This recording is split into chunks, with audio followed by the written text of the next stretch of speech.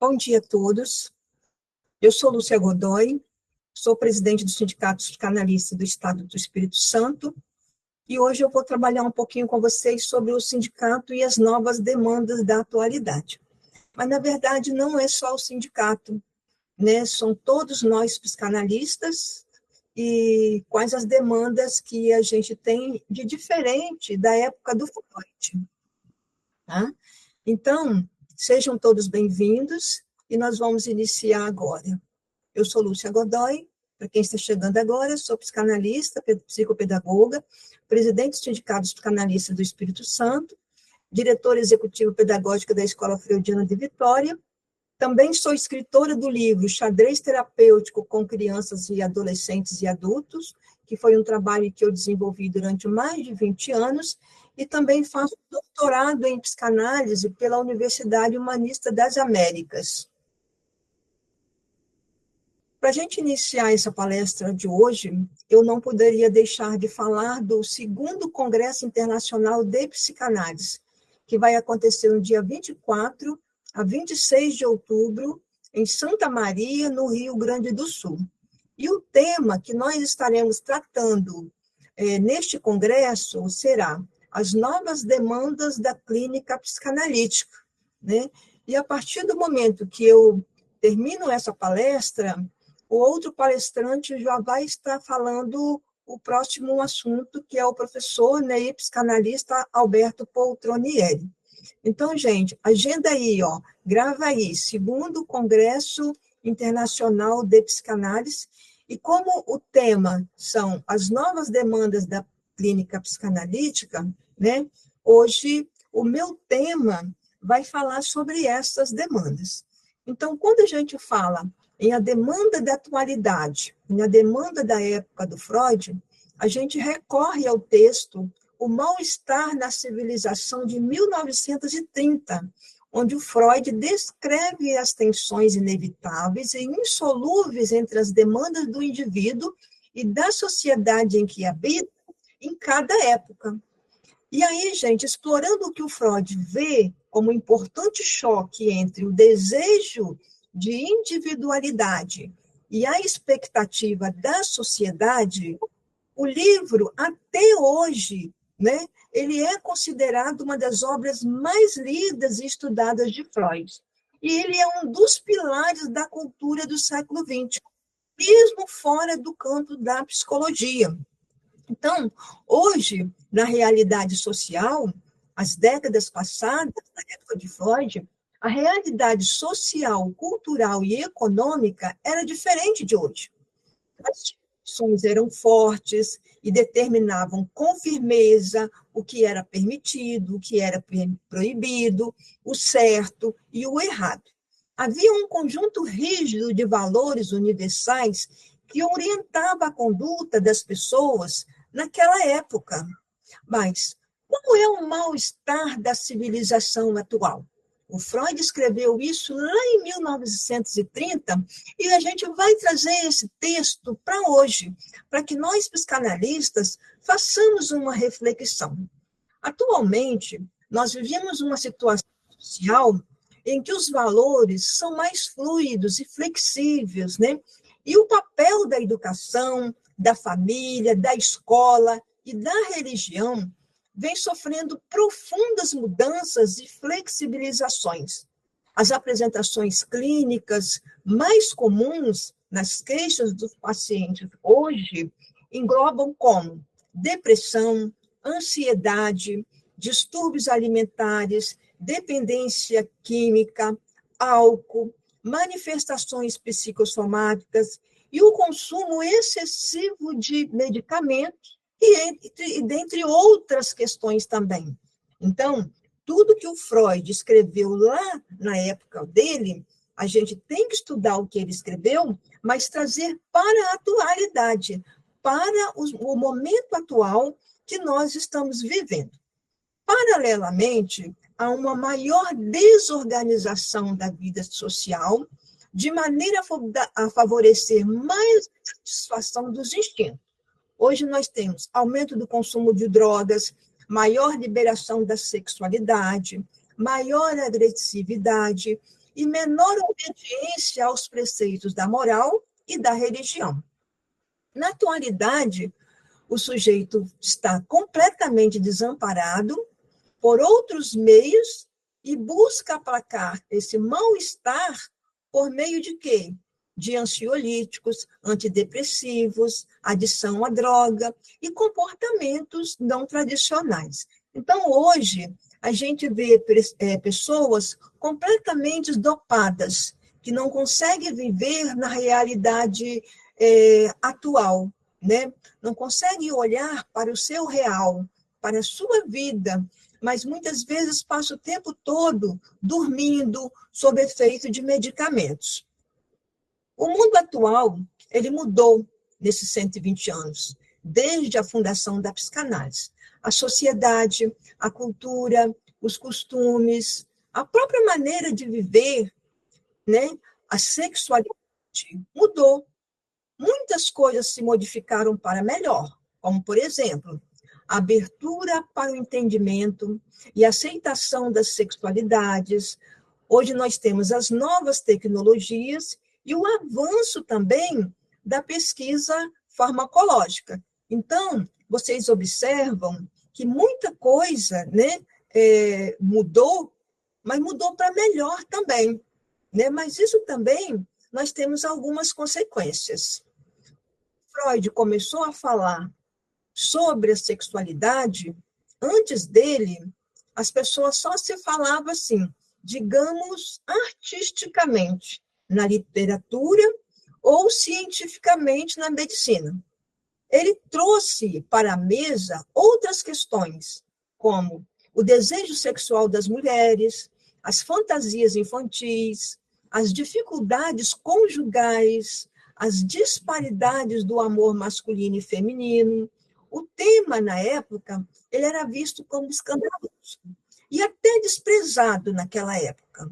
Eles duvidavam e mesmo debochavam daquele autor intitulado, né, psicólogo das profundezas. Então, Freud, na época dele, ele sofreu muito, porque ele trouxe para a época questões que as pessoas não estavam acostumadas a falar, não estavam acostumadas a discutir, né?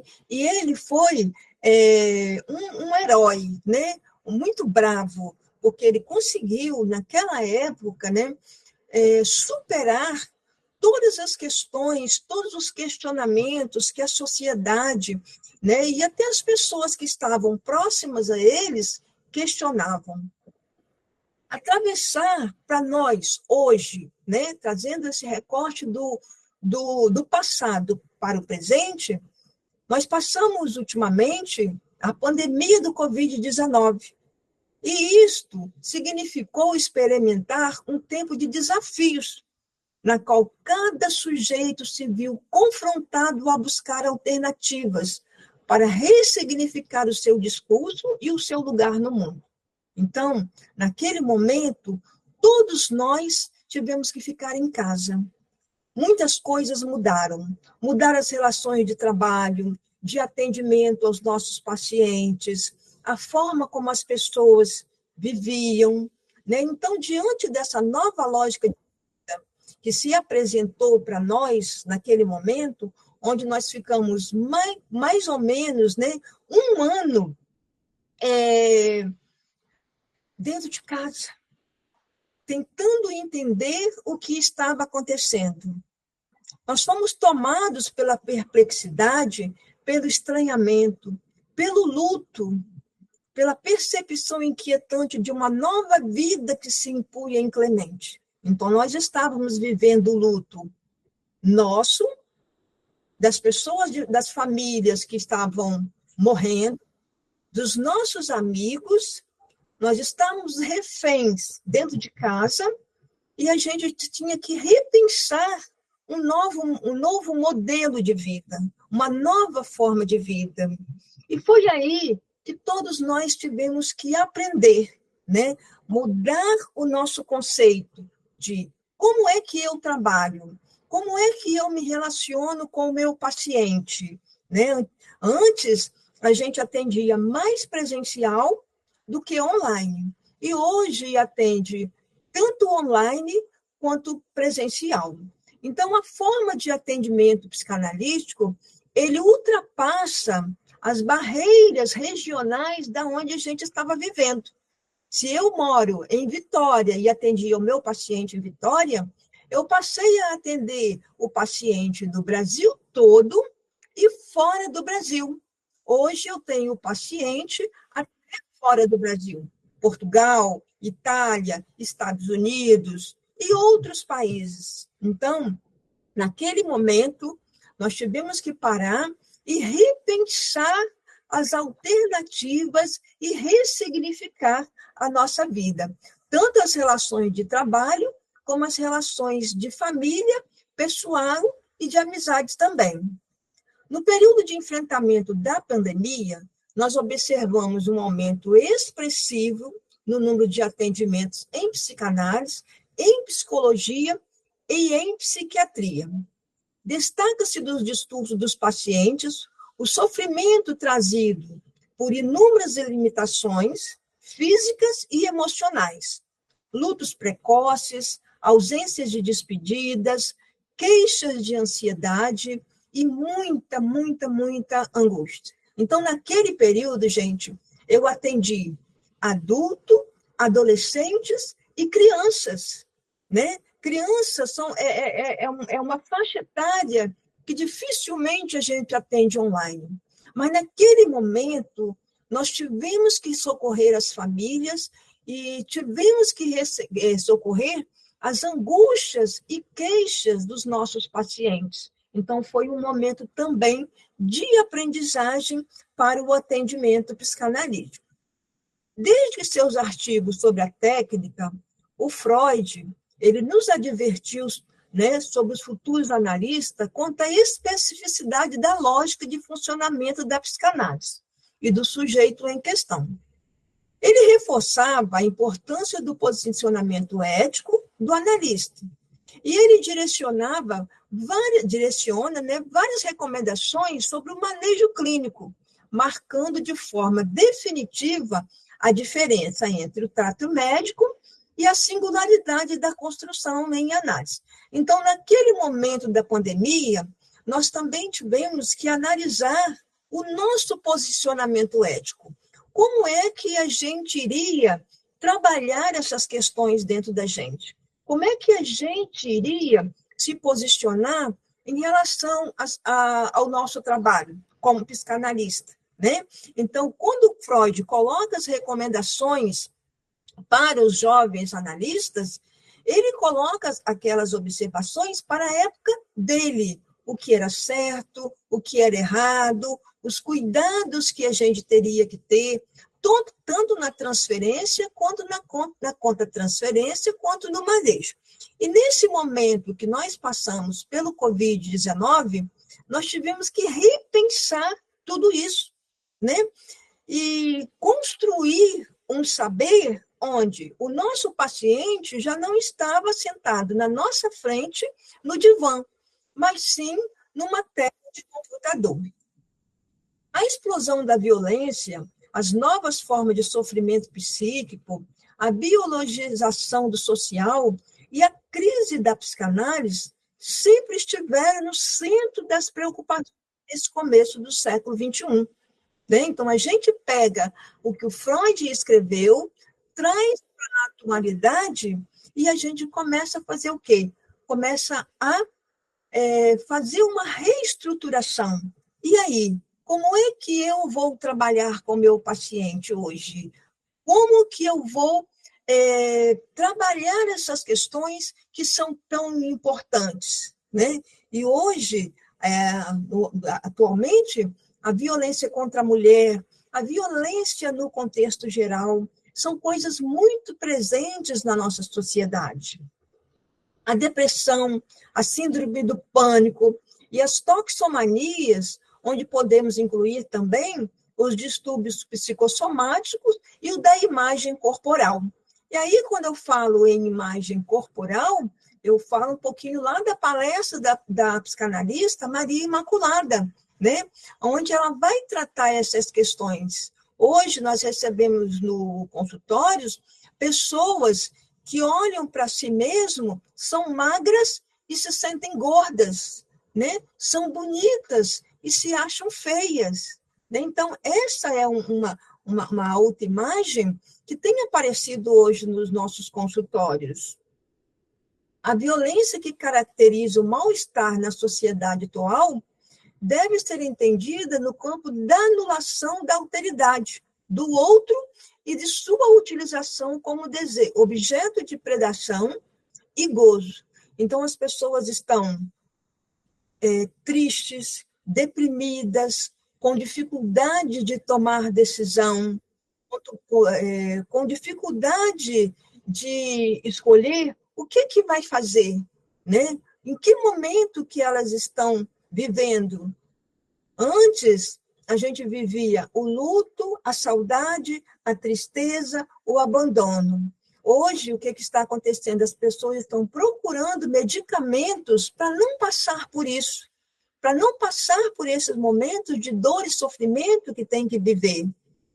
O avanço da psicofarmacologia na fundamentação do discurso médico, denunciando a ideologia por trás das novas tecnologias de gerenciamento do sofrimento. Então, existe uma pílula para tristeza, para saudade, para dor, para dormir, para ficar acordado. Então, são pílulas para tudo. A gente encontra um balcão de medicamentos onde as pessoas estão procurando a pílula da felicidade. O abandono social, né, em detrimento do individual. Nós estamos vendo pessoas mais conectadas à internet, mais com o celular na mão, mais no computador e uma menor interação com as pessoas. E isso tem acontecido mesmo com as crianças. As crianças antes brincavam em grupo, ou muitas vezes até sozinhos, mas hoje eles estão o tempo todo com o computador na mão, né? E hoje, as crianças, mesmo estando dentro de casa, mesmo estando no parquinho ou no shopping, eles estão sempre com o celular na mão, as crianças e os adultos. E isso, gente, é um sintoma para a atualidade. Eu recebo muitas crianças no consultório que, com dificuldade de falar, com dificuldade de interação social, com dificuldade na escola, mas quando você vai fazer um levantamento de vida dessas crianças e adolescentes, o que acontece? Eles passam o tempo todo no celular.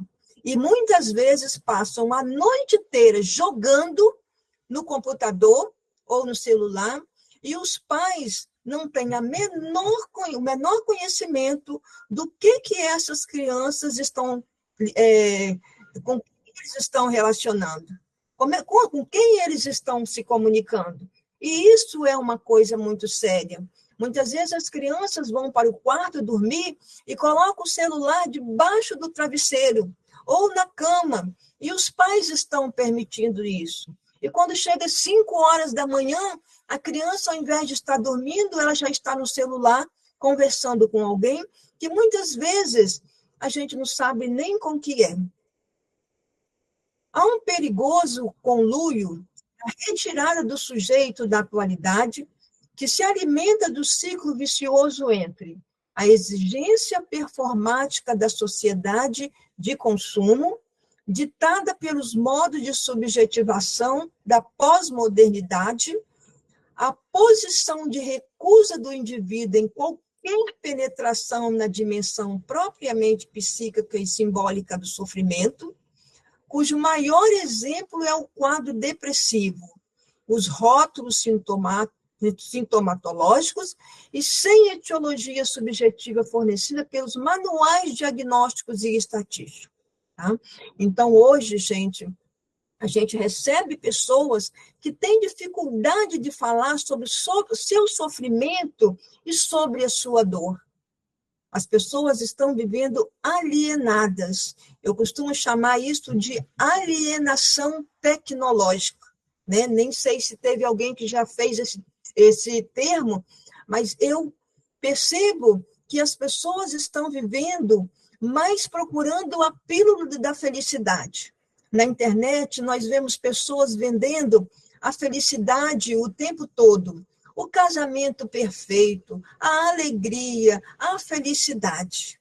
Nós, psicanalistas, nós trabalhamos da demanda do sofrimento. O sujeito tem que entender que esse sofrimento, ele existe. E entender e compreender e passar por esse sofrimento é importante para o seu desenvolvimento pessoal.